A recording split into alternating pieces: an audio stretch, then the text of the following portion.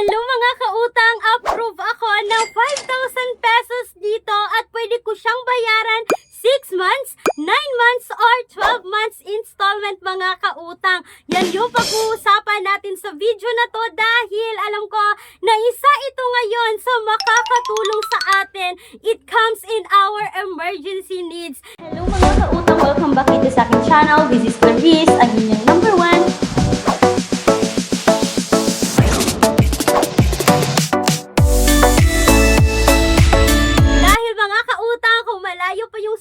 Naubusan na kayo ng grocery sa bahay, pwede nyo siyang gamitin, pwede nyo ring ibayad ng bills or ibayad sa internet ninyo. Ang daming options na pwede mong gamitin kung saan itong utangan na ito. At hindi lang yan mga kautang sa video na to, pag-uusapan din natin yung pinaka-interest rate ng utangan na ito. Dahil para sa akin mga kautang, no, okay na rin ito compared sa mga other utangan na nagsilabasan online. At hindi lang yan, pag-uusapan din natin ngayon ang utangan na nagpapautang ng 20,000 up to 2 million pesos.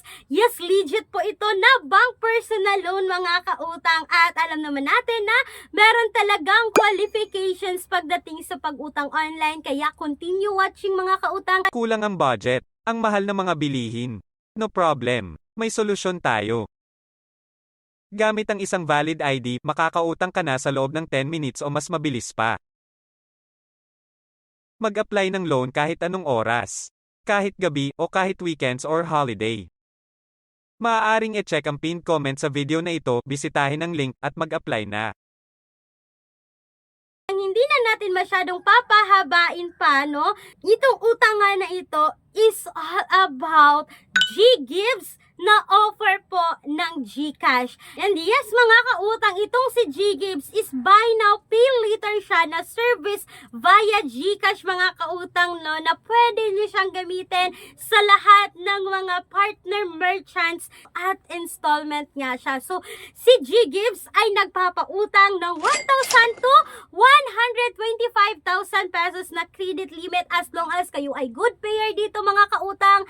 Hindi kayo nagle-late due dito dahil ito po ay under ng Fuse Lending. Si Fuse Lending po is naka-SEC-registered subletting entities at accessing entities po sa CIC. Kaya kapag kayo ngayon ay may utang dito kay GGives, pag-ingatan nating mabuti mga kautang, no, dahil ako dito before, no, way back December 2024 mga kautang is meron akong utang dito kay GGives na 5,000 rin. So yung ginawa ko is sobrang advance ko nagpay ako ng 6 days before ng aking due date, no, ng full payment ako kasi akala ko mga kautang is makakapag-reloan ako, no, pero yung nangyari is hindi. Nawala talaga yung offer ko dito kay GGives at ngayon lang siya bumalik mga kautang, or masasabi kong kahapon lang siya bumalik mga kautang na na-offeran agad ako ng 5,000 pesos at nag-grocery ako agad mga kautang, no, para makita ko talaga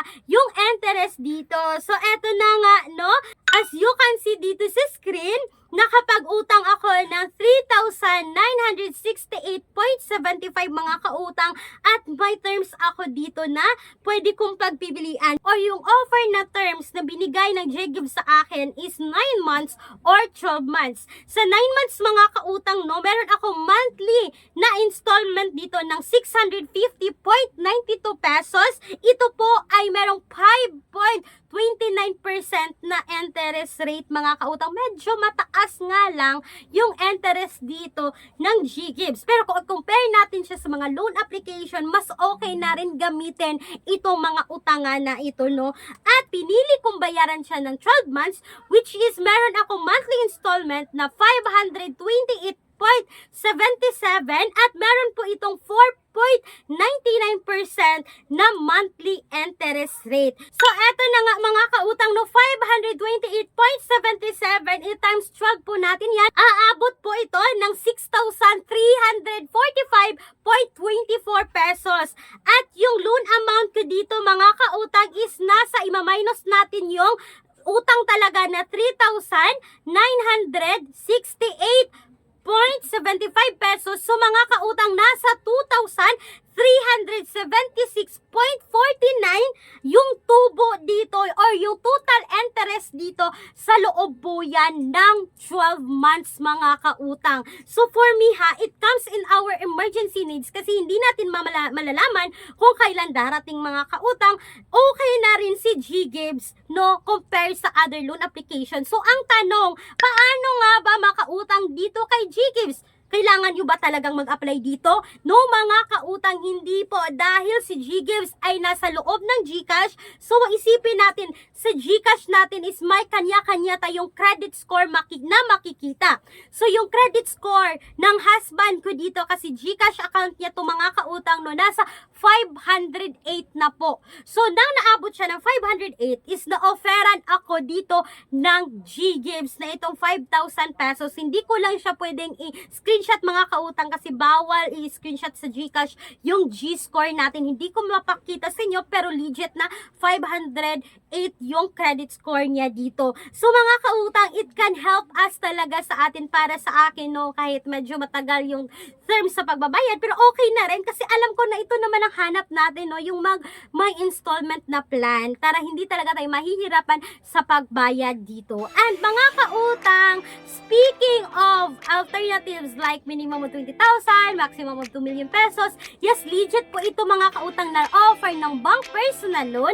Kung kayo po ay employed or self-employed, meron kayo lahat ng mga requirements dito. Kung kayo ay BPO at least 3 years na sa company, kung kayo ay mga private teachers sa mga private institutions at sa tingin ninyo kayo ay qualified dito mga kautang, you can email me right away, clarissa@gmail.com. So ito na nga mga kautang, no, kung hindi pa kayo na-operan dito kay G-Gives, may mga alternatives din tayo, no, na nagpapautang. Isang valid ID lang na nag-o-offer ng 0% interest, pero 10 days nga lang, pero okay na rin kasi nga 0% interest sa mga first time user, or may mga 30 days mga kautang na may 15% interest. Ilalagay ko yung link sa description box or sa pinned comment section ng video na ito. At sana po mga kautang ay nakatulong itong quick review ko about dito kay G-Gives at sa iba pang mga alternatives utangan online. Mga kautang, ang video na to ay hindi po sponsored, hindi financial advice.